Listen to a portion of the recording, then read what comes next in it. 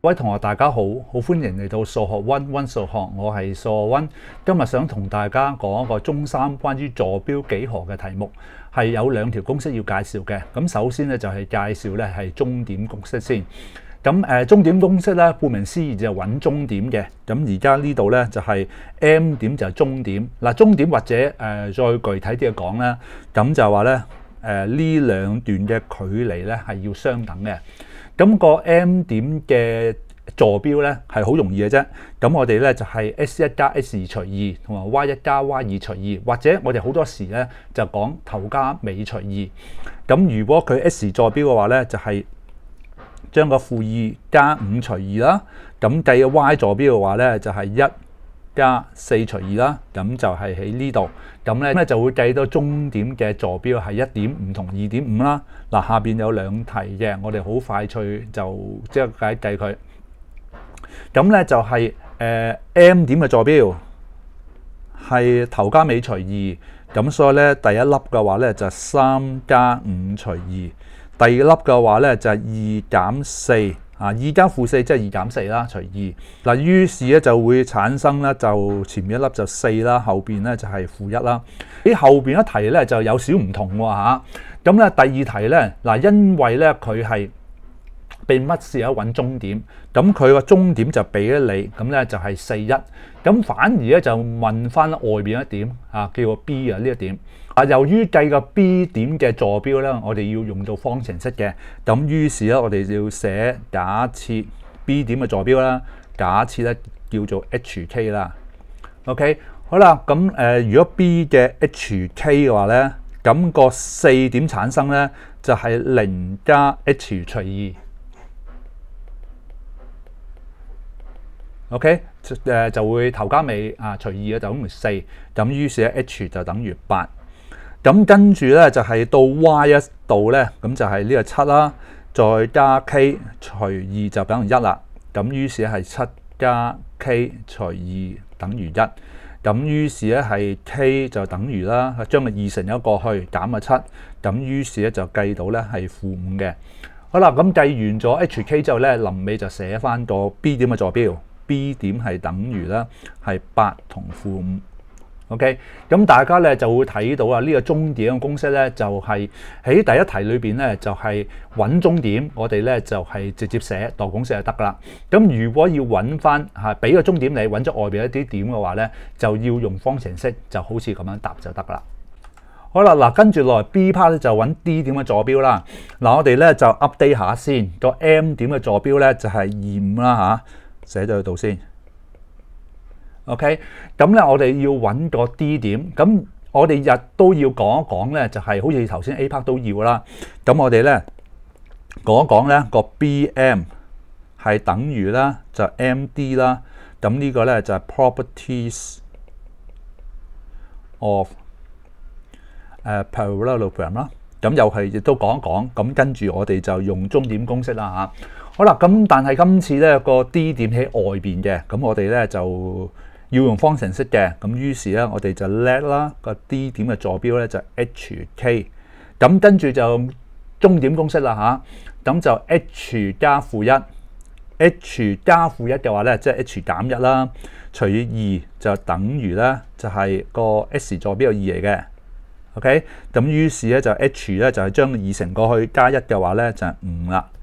OK， 好啦，咁跟住咧就計埋 K 咯嚇，咁咧就係 K加1除2咧就會等於5嘅，咁就將個2乘過去就變10啦，10減1就變9，咁於是 K 係等於9，咁所以咧就係最後就係 D 點嘅坐標就係5、9，咁啊完成呢一題啦。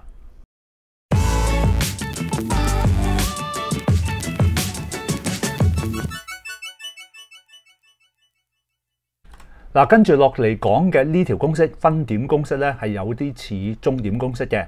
咁頭先咧，我哋擺一點落去啦，我哋想揾個終點嘅，個終點咧就係A 點同 B 點嘅正中間。咁而家咧都係想揾呢點嘅坐標，咁但係咧個比例咧就唔係1比1，唔係終點嚟嘅，個比例係 R 比 S。咁佢嘅公式咧就喺呢度。咁我哋假設呢個叫 S1Y1 啦，呢個 S2Y2 啦。條公式嘅話咧，就將嗱，如果 R 俾 S 嘅話咧，就 S1 加 RS2 over R 加 S。咁啊 Y 咧就係 SY1 加 RY2 over R 加 S。咁呢條就公式啦。咁呢條公式咧，如果你就咁背嘅話咧，我恐防你咧就係有時會背錯嚇。咁咧同埋咧比較難搞啲。咁我哋咧就係其實有個方法咧係可以咧係記呢條分點公式就容易啲嘅。咁我哋咧就 inset 我去記上邊嗰條公式咧，我哋就係有個形象咧係幫助大家去睇嘅。大家見唔見到啦？呢度有個公仔啊，呢個打交叉手呢個動作嘅公仔。咁即係嗱，即係咁啦嚇。咁大家我相信有時都會冇嘢做嘅啫，手冇點樣擺啊，都會咁擺啦咁樣。好啦，咁呢個動作咧都能夠幫助大家咧去用呢條公式嘅。我睇下點樣做啊嚇。好啦，咁我哋喺第四題裏邊啦，嗱，我上邊咧就係嗰個公式咧唔使睇啦。我哋而家就係唔想唔用公式啫嘛。OK，嗱，我哋咧首先咧就係按個題目，咁咧 AP 比 PB 咧就係4比1，我哋就將個4比1寫喺上邊。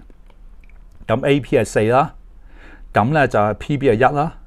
OK，咁喺右手邊嗰題咧，我哋都寫埋先啦嚇。AP 咧就係4。PB 就係3 ，OK 寫咗先。好啦，咁跟住咧就係個 P 點嘅坐標咧，就係分開計啦嚇。咁我哋咧就係let 啦，就個 P 就係SY 咁啦。好啦，咁計 S 點咧，我哋就咁樣計下。咁我哋咧就係好似翹隻手咁嚇。咁我哋咧就係將個 B 點乘去4。將個 A 點乘去1，好啦，咁即係點樣啊？嗱，如果我哋而家計 S 啊嘛，就係呢個3跟條線乘去個4嗰度。至於個8，而家計 S 嘅話嘅咧，就8就乘去1嗰邊，就係打交叉乘。好啦，個分子就係呢個。咁於是咧係3乘4再加8乘1。OK。個分母咧就係嗰兩個比例相加，咁所以咧係1加4。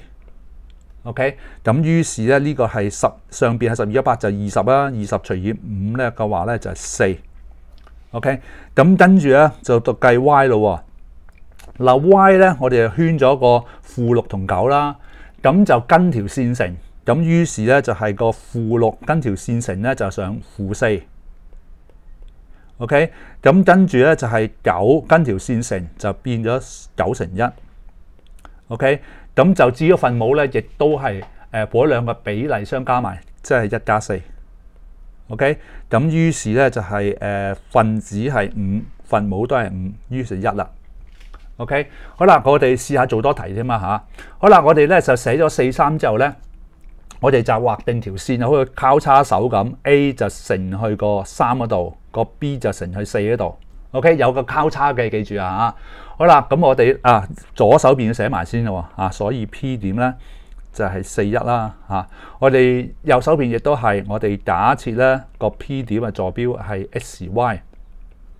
好啦，咁咧計 S 嘅時候，咁咧就係用個0同14嚇，淨係睇0得啦嚇。0跟條線乘去個3度就0乘3。好啦，咁跟住咧就14跟條線乘就14乘4。OK， 咁跟住個分母咧就係兩個比例加埋佢就4加3。OK， 咁喺上邊嚟講咧，4、4、16， 56啦，下邊咧就係7啦，咁就係8啦。OK， 好啦，咁跟住計 Y 咯喎。計 Y 嘅時候就圈咗6同埋負8，跟個條線乘就得啦。6乘3啦，跟住咧加負8就係乘4 over 個分母一樣啦，都係4加3啦。OK， 咁上邊咧就係18減32 over 7， 18減32咧就係負14啦。over 7啦，咁於是係負2，咁於是答翻咗啦。個 P 點嘅坐標就係8。同埋負2。好啦，嗱，跟住落嚟咧就係我起嘅標題咧，就叫做分點公式三兄弟。我概念咧就嚟自左手邊呢種食物，唔知道大家有冇食過嚇？呢種咧就叫串燒三兄弟啊。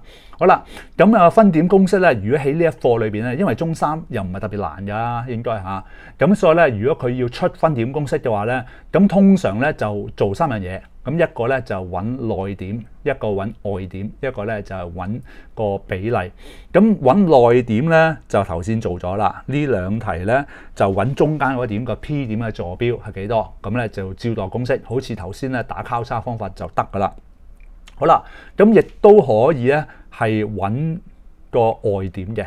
OK， 我哋呢一題咧就揾個外點。咁啊 B 點啊，假設咧個坐標就 BHK 先啦嚇，咁跟住咧我哋就有個比例啊嘛，4比5咧都寫上去，4同5寫上去 ，OK， 好啦，咁跟住咧就係我哋畫個交叉 ，A 就乘去個5度，個 B 係乘喺4嗰度 ，OK， 好啦，咁而家咧我哋首先咧就係計一計 H 係幾多，好啦，咁啊假設翻啦個B 點坐標叫做 HK 先。好啦，咁咧我哋而家要計 S 喎，好啦，間住 S 佢先。嗱，呢3個 S 嚟嘅啊，唔好撈亂喎。嗱，跟線乘啦嚇，喺上邊一度4乘 H， 咁咧跟住咧就係加5乘以-3，咁跟住咧個分母咧就係兩個比例加埋，咁就係4加5啦，就係等於中間嗰點，中間點係1。OK， 咁有呢條公式嘅話就可以計到 H 噶啦。咁啊 4H 就係等於咁個9乘1就係9啦，將個-15搬埋過去就加15啦。OK， 咁於是咧就係 4H 等於24，所以 H 等於6啦。OK， 好啦，咁跟住咧就計個 K 嘅時候咧就圈住佢，跟線乘 K 乘4即係 4K。加0乘5 ，OK， 0乘5即係唔使乘啦嚇，再寫埋啦，就都寫埋0乘5啦。咁分母咧就係4加5，就等於中間Y 坐標就係5啦。OK， 好啦，咁於是咧就寫喺呢度 4K 係等於啦，就係5、9、45。OK， 咁於是除一除佢啦，就 11.25 啦。咁於是一個 B 點坐標係等於啦6同埋 11.25 啦。好啦，跟住落嚟呢啲題咧就係揾比例嘅。咁我頭先講過啦，有3兄弟裏邊咧揾內點就係代公式啦，揾外點咧就啱啱呢一題。咁跟住落嚟咧就揾比例。好啦，咁呢題裏邊咧就係俾咗咧就 A、B、C 都俾晒你嚇。咁咧佢就講啊 A、C 比 C、B 咧就 M 比 N， 我哋咧就將 M 同 N 咧就寫咗上面先。M 同 N，OK， 好啦，咁計 M 比 N 嘅話咧，咁其實一條式就過啦。咁你咧就可以咧係用 S，either 用 S 或者 either 用 Y 都可以嘅。咁我而家用 S 啊 ，OK， 好啦，咁我畫翻條線 ，A 乘去個 N 個位 ，B 就乘去 M 個位 ，OK， 我而家用 S 喎，好啦，咁啊立條式咯嚇，7乘以 M， 咁跟住咧。就係-9乘以 n，OK， 咁睇多次啊！呢個7咧就乘呢個 m 啦，-9乘以 n 啦，個分母咧就 m 同 n 加埋。好啦，咁咧就係等於啦，就係1嘅。跟住咧我就將個分母啊就乘去右手邊，咁於是咧係7m 減9n係等於 m 加 n。好啦，嗱跟住落嚟咧，嗱因為我哋咧睇咗目標喎，我哋 M 比 N 係幾多喎嚇？好啦，咁我哋咧就將 M 咧就擺喺左手邊，N 就擺喺右手邊，總之一人一邊啦嚇。咁於是7M 減 M 係等於 N 加9N， 咁咧就係6N 啦，就等於10N 啦。好啦，咁跟住咧兩邊係俾2嘅除啦，就 3N 係等於5N。好啦，我哋知道咗 3m 等於 5n 之後咧，其實一步過咧就可以計到個 m 比 n 嘅。嗱，睇住點計咯嚇。好啦，咁 m n，好啦，因為我哋知道啦嚇，咁咧就係如果呢一步調轉計嘅話咧，咁 m 乘呢個數就會係3m，n 乘呢個數就會係5n。咁於是咧，我哋就會知道咧，勢必咧就係呢個5啦，呢個3啦，係咪？嗱，我通常咧就係有呢步就係落翻呢步噶嘛。但係呢度你可以調轉諗嘅話咧，咁我覺得呢個方法最快嘅。咁於是咧，我哋就會知道咧個m 比 n 咧係等於啦5比3啦，就完成咗一題啦。嗱，跟住落嚟呢啲題咧，就係佢有條線啦，叫 AD 啊。咁咧佢就同個 S 軸同個 Y 軸咧就相交於個 B 點同 C 點。咁跟住咧就俾個題目你嘅資料你咧，呢個就負6 1。咁咧就係跟住落去講 AB 比 BC 比 CD 咧就係1比2比3。好啦，咁呢一題裏邊咧就分別係計 B 點、C 點同埋 D 點嘅坐標。好啦，嗱呢題咧係比較複雜啲嘅，咁同埋咧就因為咧出現咗3個比例，咁我哋之前咧就講嗰啲嘅嗰個分點公式係2個比例啫嘛嚇。咁咧呢度有3個比例咧，咁其實我哋分別計嘅嚇，我哋睇睇點做。咁啊首先嚟講咧，我哋就假設啦，嗱 B 點咧，因為佢係嗰個同個 S 軸嘅相交嘅，咁所以 Y 坐標有0，個 S 坐標假設叫細 b 啦嚇。咁同樣道理啦，喺個 C 點度咧，個 S 坐標有0啦，個 Y 坐標個細 c，咁啊 D 點嘅坐標叫 HK 咁嘛嚇。好啦，咁我而家咧就係又畫翻啲線先，我而家暫時咧唔理個 D 點住先嘅，咁理咗 A 點先，嗱一陣間拆翻佢可以啊。A 點乘2啦，咁就 C 點咧就乘個1啦。OK， 咁我於是咧就係減低佢咯，負6 B 同0。嗱，你發覺到咧個跟條線乘嘅話咧，用翻嗰個分點公式嘅話咧，個 B 就遮出嘅喎。嗱，睇下點樣做啊嚇。嗱，首先嚟講咧，嗱 A part 個負6乘以2 ，OK， 跟住個0乘以1。加0乘以1 ，OK， 咁跟住除以，咁咧就係1加2啦，個兩個比例相加啦，就會等於中間嗰點呢個中間點咪 B 咯 ，OK， 咁於是就等於 B。我諗於是咧個 B 咧就等於啦，上邊就係負12，下邊就3，所以咧就知道負4，咁所以咧就即刻會計到 B 點嘅坐標咧就係負4 0噶啦。OK， 好啦，咁跟住咧就係落去計 C 點嘅話咧，係仍然用翻咧就係A、B 同 B、C 嘅比例。好啦，用翻同樣嘅方法啫。我哋今次咧就係用個 Y 去計。OK， 好啦，咁於是咧就係1就係跟條線乘啦，就乘咗2。OK， 咁跟住咧個 C 就跟條線乘就乘咗1。嗱，睇多次先嚇，呢個1即係跟呢條線乘咗2，呢個 C 跟呢條線乘咗1。OK， 個分母咧就係兩個比例係1加2，係等於中間嘅數字。中間數字咧係圈住一個係0嚟嘅。好啊，就咁樣。咁於是咧就係2加 C 等於0，所以 C 係等於負2。咁所以咧個 C 點坐標係等於0負2。咁完成咗B 點嘅坐標同埋 C 點嘅坐標咯。好啦，或者咧我就將個打交叉就殺咗佢啦嚇，唔好咁亂先。OK， 咁我而家重新寫啦嚇。B 點咧就係負4 0，咁啊 C 點咧就係0負2。好啦，嗱跟住落去咧。我哋揾個 D 點坐標嘅時候咧，咁我哋咧就係唔好理個 B 點。好啦，我就拆翻走佢喎，因為咧係唔需要用到 B 點。我哋咧特登唔好睇個 B 點。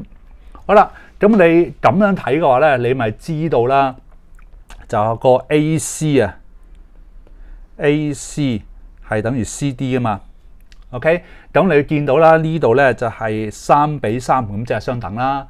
咁於是咧個 C 點咧，所以 C 點 C 是終點。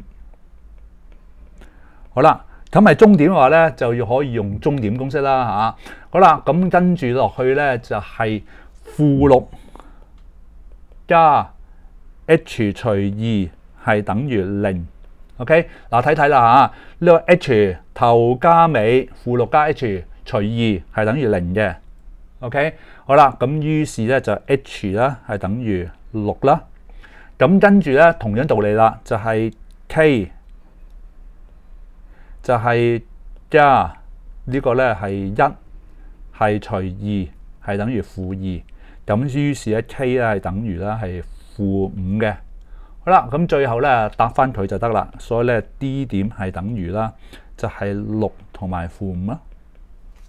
嗱，今日嘅題目裏邊咧就講嘅終點公式啦，同埋分點公式。嗱，終點公式咧就應該就冇問題嘅，因為加埋除2啫嘛。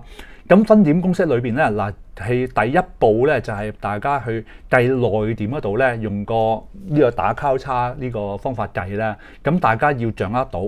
咁跟住咧就係睇清楚呢條片裏邊所介紹嘅揾外點同埋揾公式點樣做。咁你只要知道呢3樣嘢咧，佢所有嘅題目咧，就算幾複雜都好啦，根本上咧係由呢啲變而成嘅，咁就應該冇乜特別嘅難度嘅。好啦，我哋今日嘅節目講到呢度先，各位同學再見，拜拜。